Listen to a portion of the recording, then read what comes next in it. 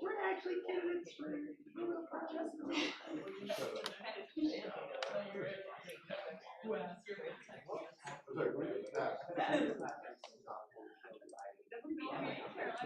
I don't think so. I think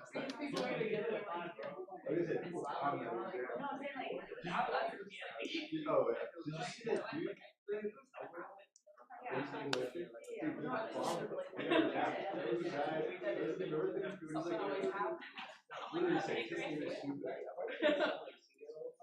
I don't know. I know he was wearing like the war on wall.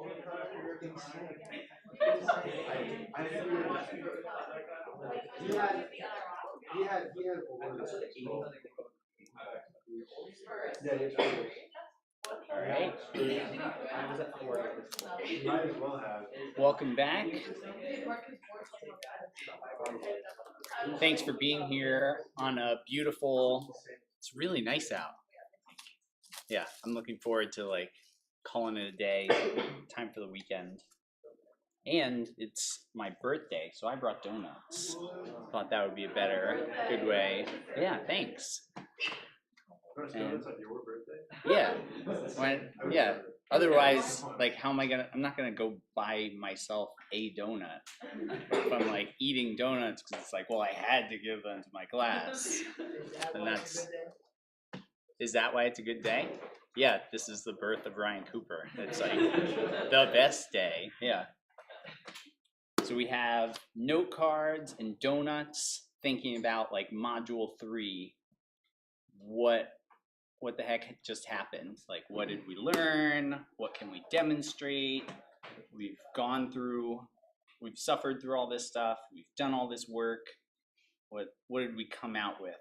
Is the question. That's what the quiz is for. It's like, now I know something that I didn't know before, and we want to demonstrate that so that when someone's like, oh, you know dynamics, name every force, you can actually like know what you're talking about. So let's get note cards and donuts, and then we can work on that. I like the bucket, but it keeps falling apart. There we go. Better. Donuts.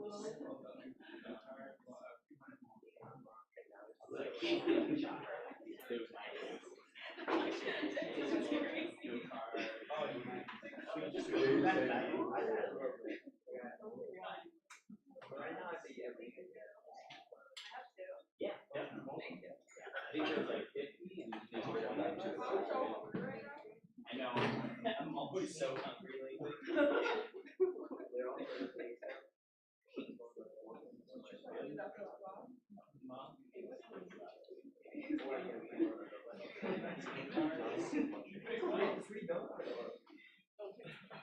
Are you still writing? I'm still writing. Right, because it was like 80. I mean, I wouldn't run it out. I would do last time I was right. I think it's cool. Yeah. Note cards. Did you see that? Unless I like really small. Small box. You got a question, right? Are you fucking shot? Oh, I need one. Yeah, that was so much. But if I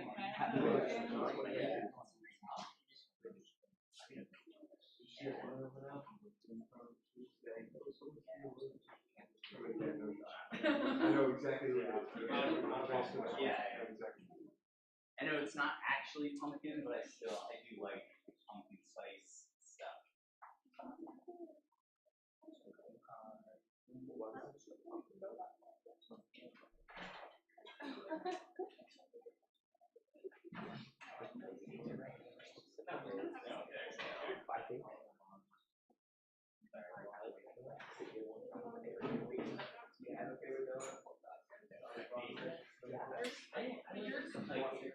I prefer just like a chocolate glaze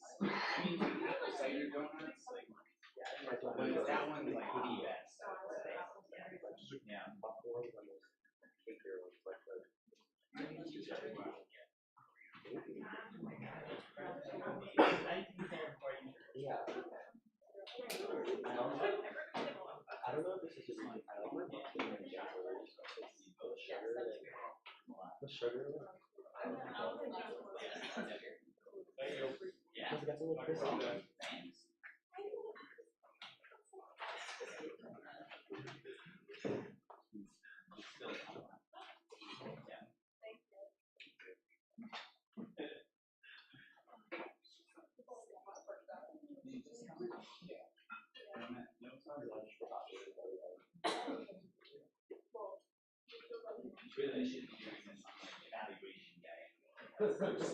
Wow, we've never seen a perfect 5.3 score.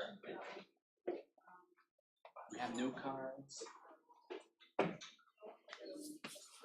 Cool. Now we can think, right?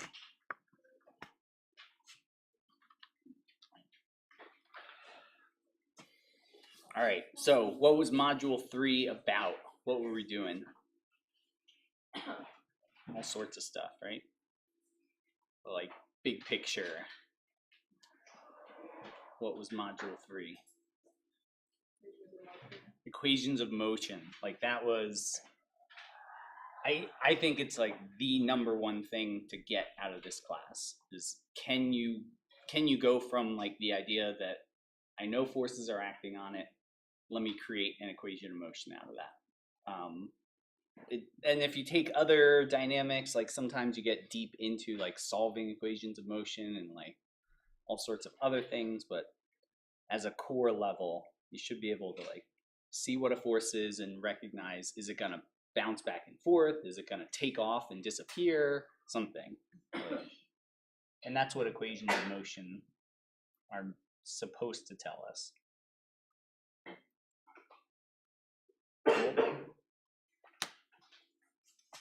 Anything else?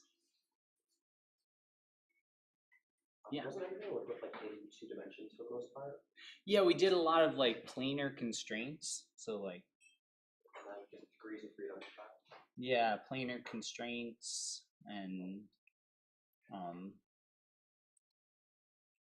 identify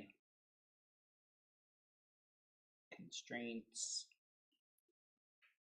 and degrees of freedom. Nice. Those were like 2 of like new things that came out of this module. Like what was, because a lot of it builds on each other. Like module 1 is telling you some about module 2. Is that it? Is that all we need?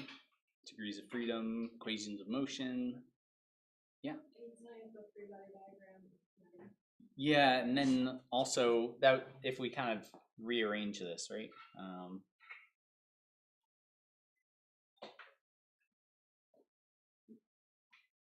Let's get that like over here. Oh, lost my cube.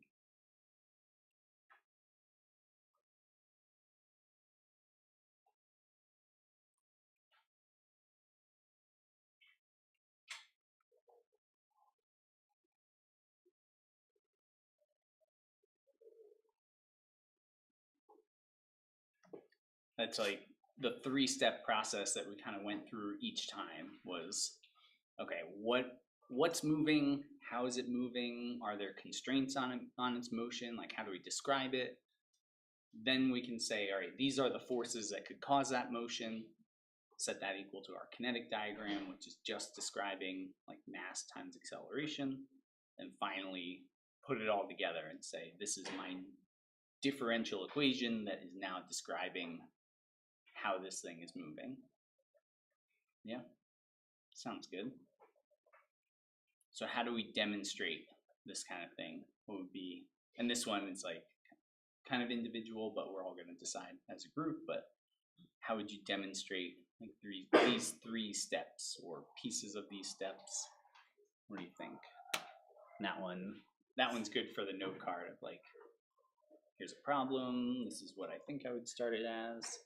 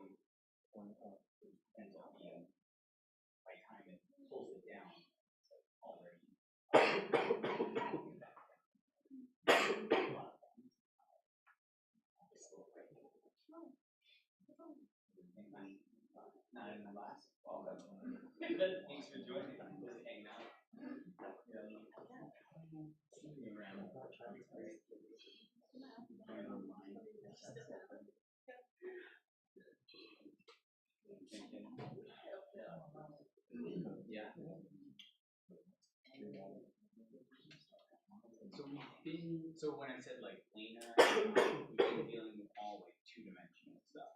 We haven't dealt with like, okay, here's an airplane flying through the air.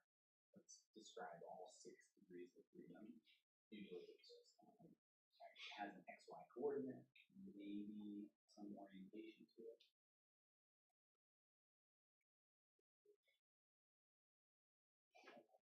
Yeah.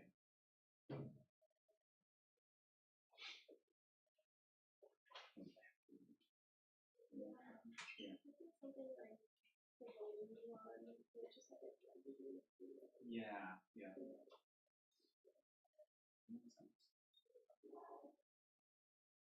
Yeah, pendulums, same thing.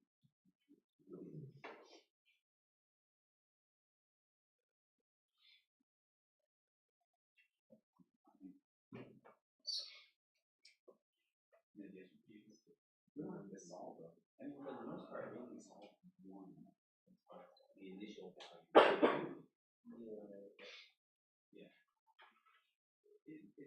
I agree. It's kind of a pain to like write it all out by hand, and it's almost like putting together a puzzle of different pieces. Sometimes it's worth it. Other times it's like, I don't know. Can a computer do this one thing? We just That's how I do. That's maybe how I do it. Throw into a computer. yeah. And even like it's so quick. Things get complicated so quick that usually I turn it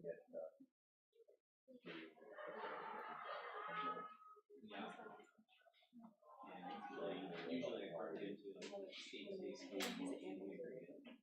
Yeah. Even when it's linear. Yeah, sometimes one of those things go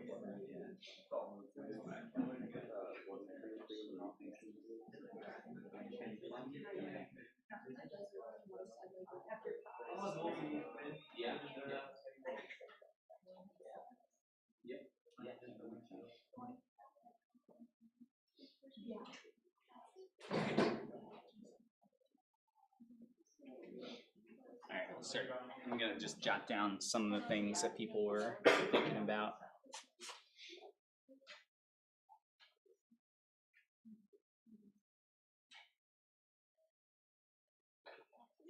Why did it change?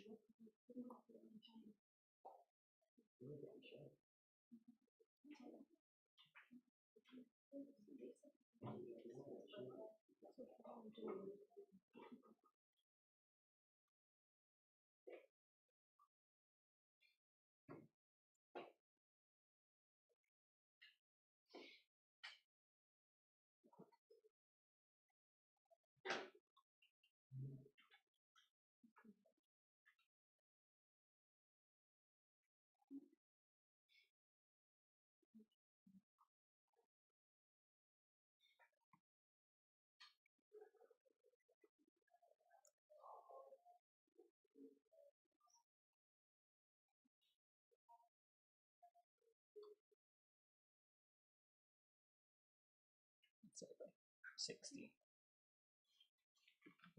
So like one idea, and this kind of system gets used in regulators, at least for like if you need like no digital controls at all. You want everything to be able to like tweak manually. So old school like steam valves and stuff, they used to have these spinning regulators. Sometimes they were spring controlled, other times it was like two pendulums that would like open and close a valve.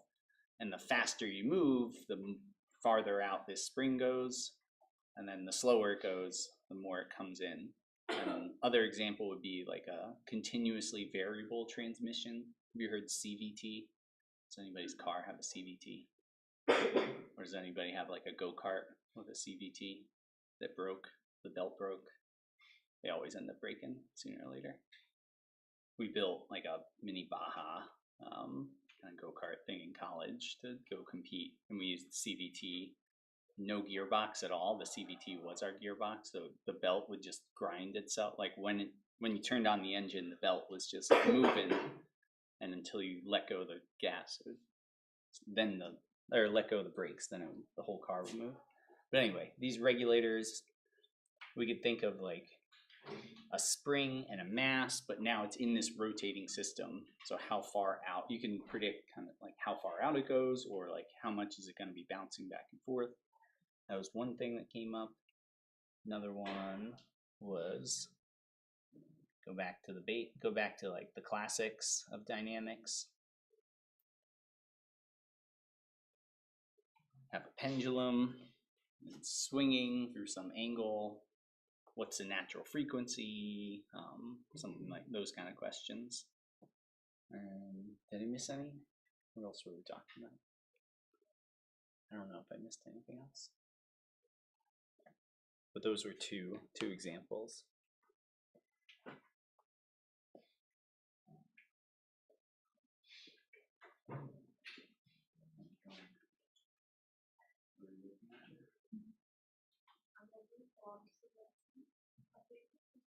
Oh, okay, nice. Like, yeah, restrict yourself to some degree of freedom. I know we've done stuff where there's like a second block. Oh, yeah. Yep. Yeah, so you can figure out equations and motion for like, two blocks that they have to move together because of the force. Yeah, that was really good.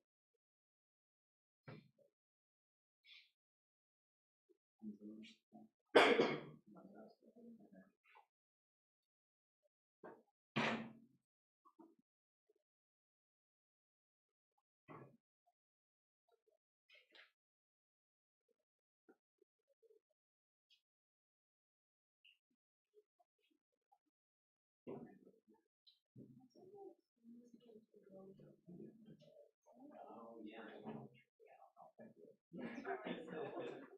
Yeah. Okay. Oh, when we were that one. Yeah. So we were just talking about how like we set up maybe 4 different differential equations, but this is the one that Ryan went through and said, for these initial values, this is a solution. And that one, it's kind of cumbersome. You're just like, Yeah, like I've learned probably and I find it after like semester going through that. yeah.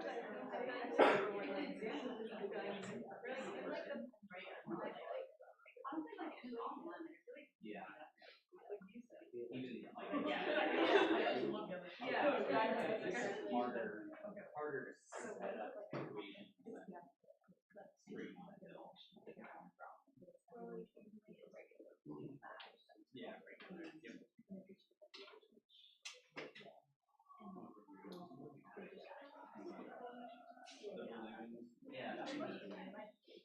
Yeah. Wait, it's just so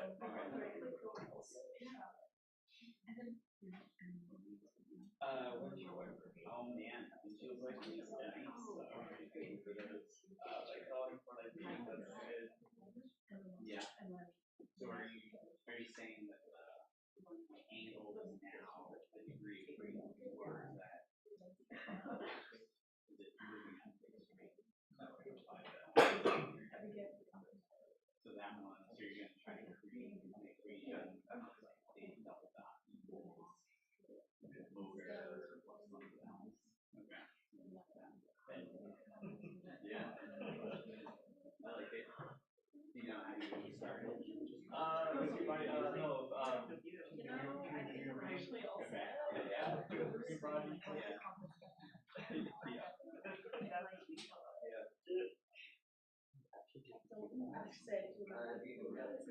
No problem, but it's more like the hammer throw. Oh man. Yeah, we get like a face and outside of a fixed point. Yep. Before we go in, you can do that. Hammer throw.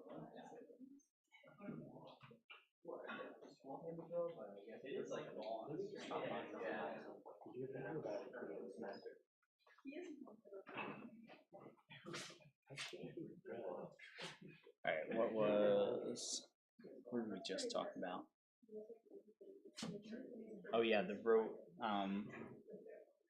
It's not the point. So my name is Lance and I don't know.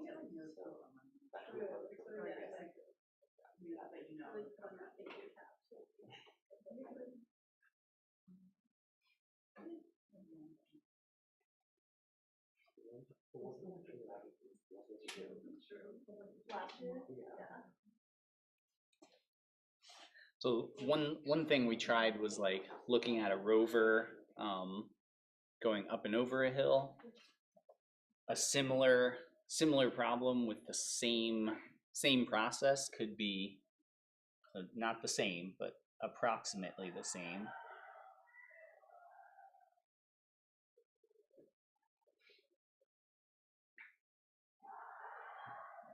Would be like a roller coaster. You're going up and over a roller coaster, trying to figure out how fast you need to go to not lose contact with the track. That was one thing that I was thinking about. Like technically they are the same problem, but the normal force is reversed because now normal force points in the direction of gravity. And then, oh yeah, this one looked cool.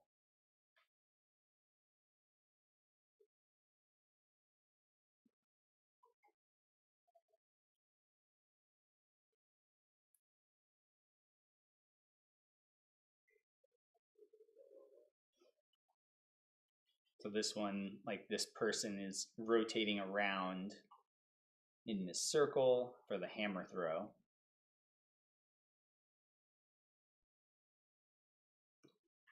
So you're like spinning around this like basically a pendulum, but the pendulum you're like swinging around in a circle and asking that question of like what are the degrees of freedom and like what are the forces and accelerations involved in this. So this one's like a rotating pendulum where it's like, again, similar but a little different. It's almost like this.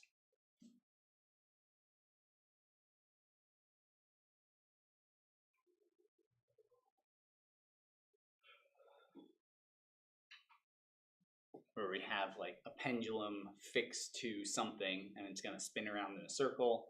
So we're watching it like come up.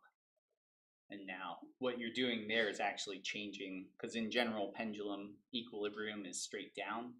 But if it's on a rotating reference frame like that, you end up with like equilibrium. If you're rotating really fast, like super fast, then it's 90 degrees. If you're just doing like, I don't know, a couple rotations per second, it's like those carnival rides where you sit in the swing, it spins you around, like brings you out by just a few degrees to get you can feel that like centripetal acceleration. Cool. What else? Did I miss anything else? What else were people? 2 spider blocks. And oh yeah, that was the other one. Thanks. I missed something.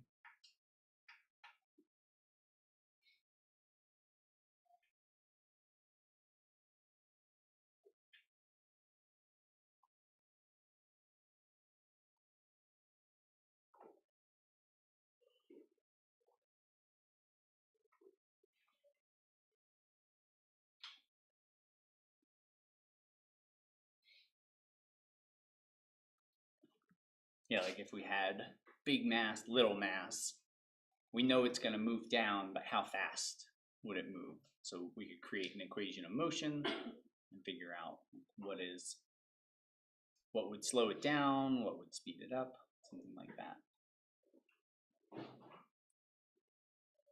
Cool. How are we feeling for like approaching these kind of problems? Which ones feel like doable, or and then sorry, I didn't mean to ignore like windshield wipers, but yeah, but that one, yeah, it was as we were kind of talking about it, I'm like, this could be kind of tough, like figuring out like if you're saying theta is a degree of freedom, it's like, all right, I want to apply a force and see how fast it moves. You can either simplify it or make it really complicated. Yeah. Like we could say like torque equals I times theta double dot, like that. And so if torque is constant, then theta double dot constant. So then we know it's gonna start at 0 and then speed up and hopefully reverse torque so it doesn't just crank around.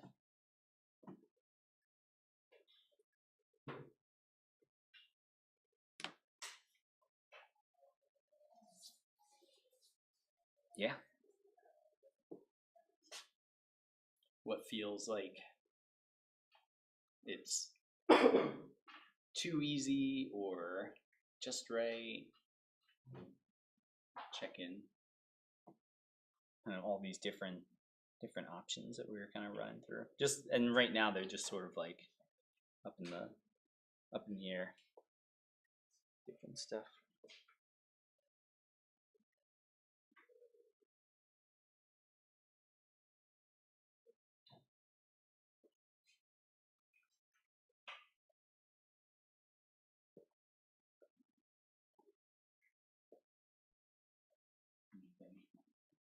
Feel like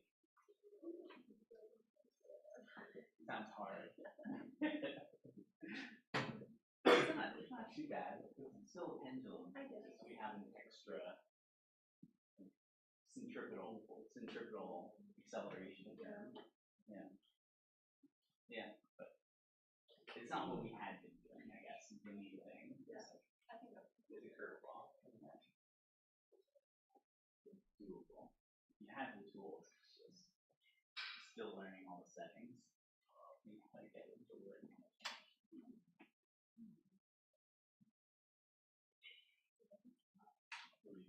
You still like roller coaster or yeah, something like that.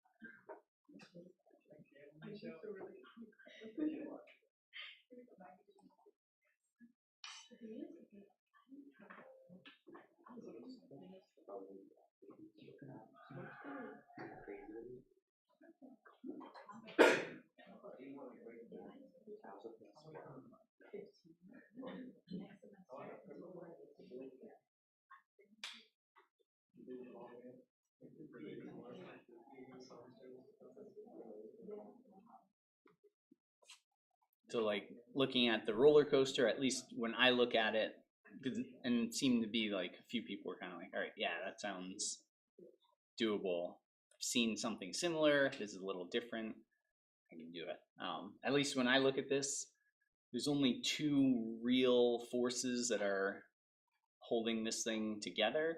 If I include like drag or friction, like yeah, I can incorporate those things, but some of the basic questions of like, will this roller coaster fall off the track? With or without friction, the roller coaster friction is not going to keep it on the track, so I can ignore it. Again, like will it fall off the track? Drag will slowly keep it from falling off the track, but not enough. I'm not going to depend on drag to keep this thing in its place. So drag, friction, just negligible for me.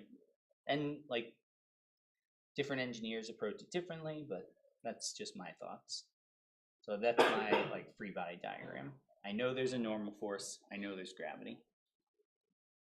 And coming over here, I could say, I know there's some kind of like centripetal force, v squared over r. And then maybe I also have like tangent to that track, this like change in the speed, m times dv dt, something like that.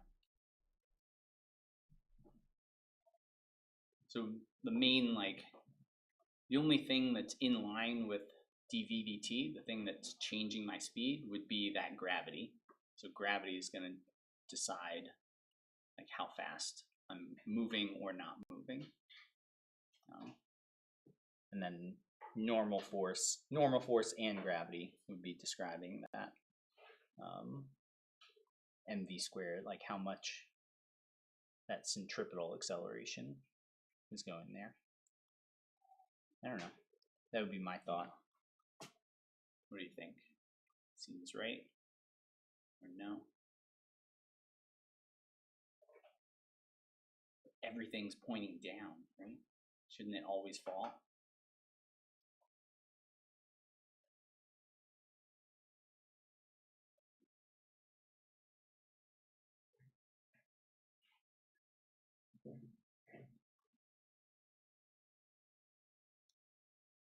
Or we're good?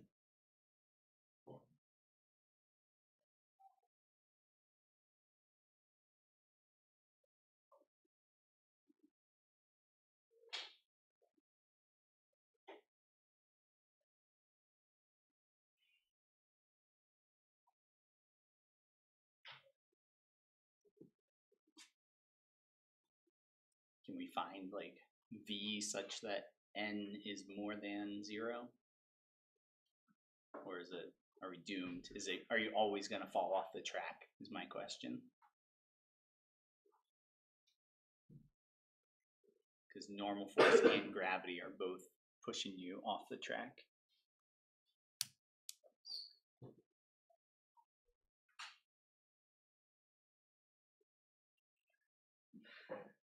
It's a long week.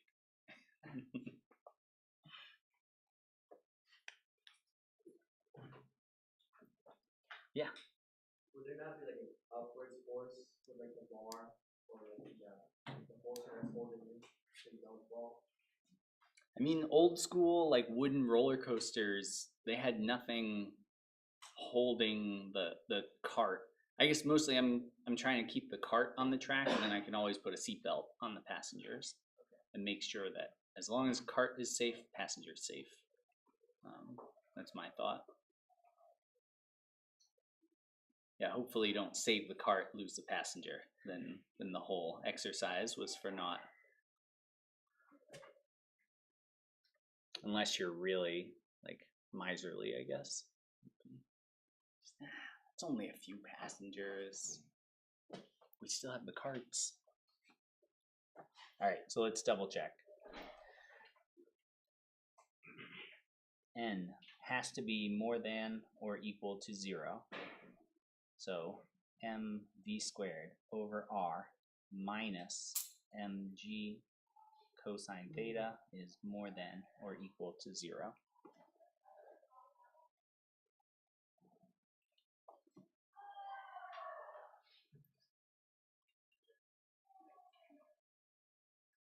So the m's go away. B squared over r more than or equal to g cosine theta. Can I go fast enough such that, or here, let's do this.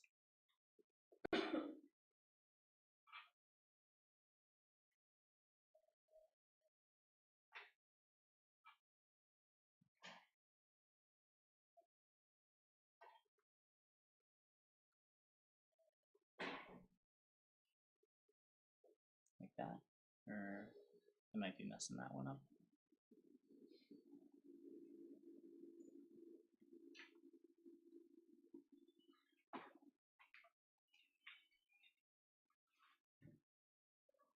Just because we could be traveling backwards. Can V be more than G times radius cosine theta?